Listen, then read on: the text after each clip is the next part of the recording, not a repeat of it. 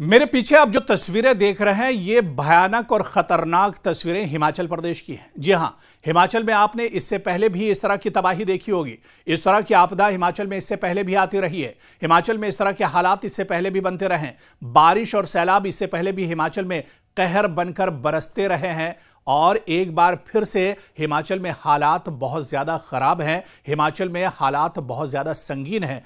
कब कब इस तरह की तबाही हिमाचल में आई है, बारिश ने कब कब हिमाचल में कहर बरपाया है, तमाम चीजें आपको बताएंगे। लेकिन सबसे पहले हम आपको बताएंगे कि हिमाचल में 3 जगह बादल फटने से भीषण तबाही हुई है। अब तक 241 की मौत हो चुकी है और आज बारिश ने फिर एक बार तांडव दिखाया है। जी हां, एक बार फिर से बारिश ने अपना कहर बरपाया है। हिमाचल में 3 जगह बादल फटने से भारी नुकसान हुआ है।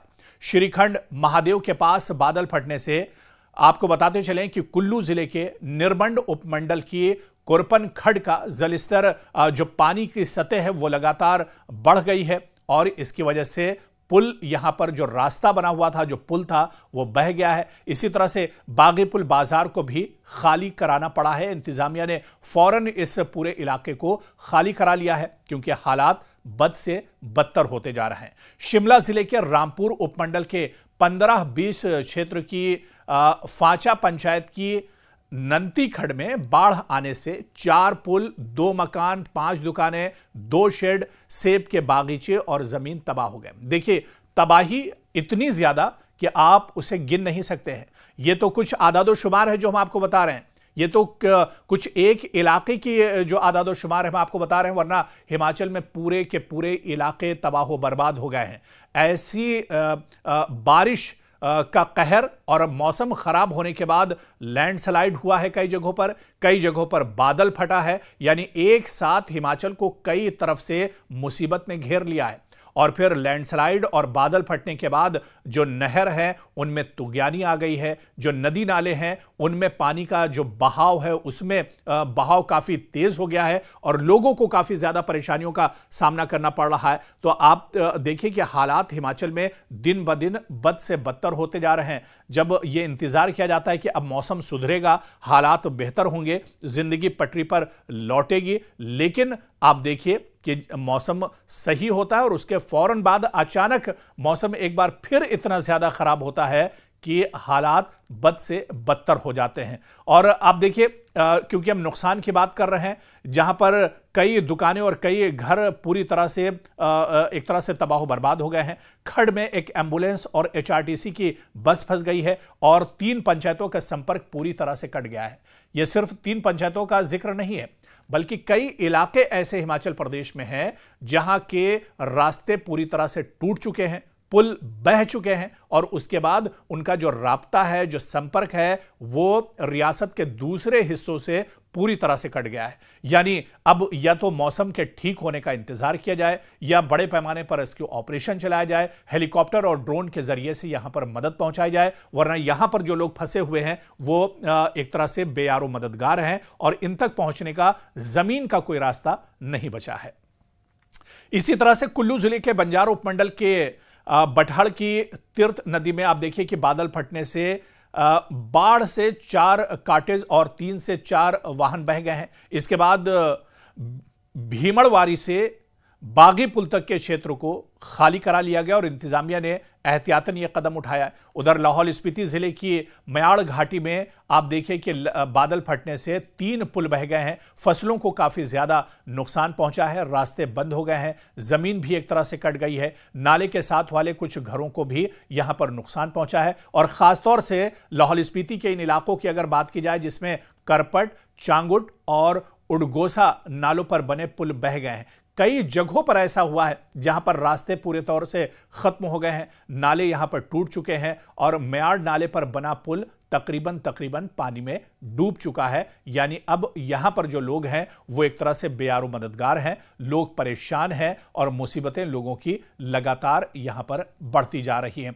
तो आप देखिए कि हिमाचल प्रदेश में लगातार जिस तरह से आपदा जैसे हालात बने हुए हैं, बल्कि जिस तरह से हमने बताया कि अब हालात बेहतर हो रहे थे और ऐसा लग रहा था कि अब पटरी पर एक तरह से लौटकर जिंदगी आएगी, लेकिन उसके फौरन बाद अचानक मौसम बदलता है और मौसम बदलने के साथ एक बार फिर से जो जिंदगी है वो दुश्वारियों में एक तरह से डूब जाती है और एक बार फिर से लोगों की जो परेशानियां हैं वो एक बार फिर से कहीं ना कहीं बढ़ जाती हैं। और यह सिलसिला जब से मानसून आया है तब से यह सिलसिला एक तरह से चला आ रहा है। माजी में अगर बात करें तो जो बड़ी आफतें हैं इनकी अगर हम जिक्र करें तो इसकी एक बहुत तवील तारीख रही है जहां पर कुदरती आफत और आपदा ने आकर घेरा है।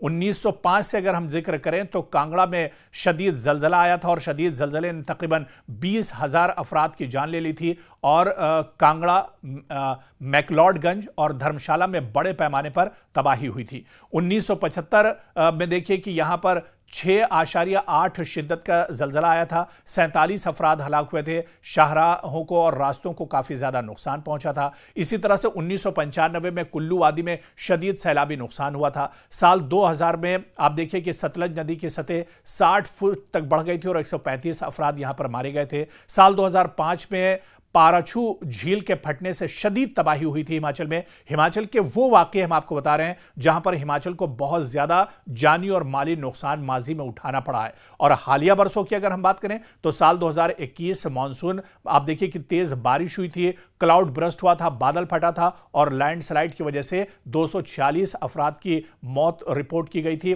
और इसके अलावा यहां पर काफी ज्यादा तबाही हुई थी। साल 2023 में देखिए भारी सैलाब यहां पर आया था, तकरीबन 330 अफराद हलाक हुए थे, 38 लापता हुए थे और 100 से ज्यादा जख्मी हुए थे।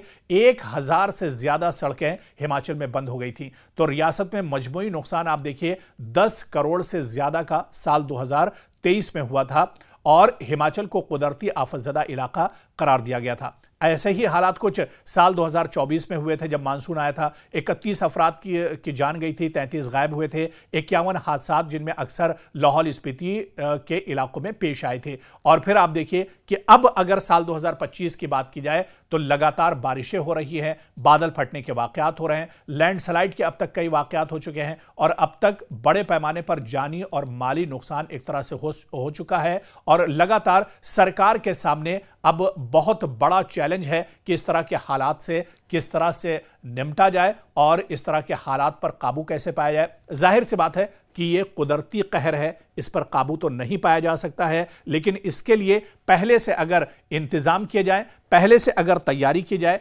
पहले से अगर होमवर्क किया जाए तो इस पर कमी इसमें जरूर की जा सकती है। जितने बड़े पैमाने पर यह आपदा आती है और मुसीबत आती है इसमें कमी जरूर की जा सकती है, हालांकि इसे टाला नहीं जा सकता है। और कुछ महल्ले वकू या यहाँ की जोग्राफियाई सूरत हाल हिमाचल प्रदेश की ऐसी है, पूरा का पूरा पहाड़ी इलाका है और जंगली इलाका है और इस वजह से भी यहाँ पर जब जब मानसून आता है, जब जब मौसम यहाँ पर खराब होता है तो यहां पर बहुत बड़े पैमाने पर नुकसान होता है और जानी नुकसान भी होता है। तो इस जानी नुकसान को कम करने के लिए सरकारों को इस पर गौर व फिक्र करना होगा और माजी के जो वाकयात हैं उनसे एक तरह से सबक लेना होगा, सीखना होगा कि आने वाले दिनों में इस तरह का जानी नुकसान ना हो। हालांकि कुदरती आफत है, इसे रोका नहीं जा सकता है, लेकिन इसे कम जरूर किया जा सकता है। सिर्फ और सिर्फ इस पर काम करने की जरूरत है और इस पर बैठकर सोचने की जरूरत है, माजी के वाकयात से सबक लेने की जरूरत है।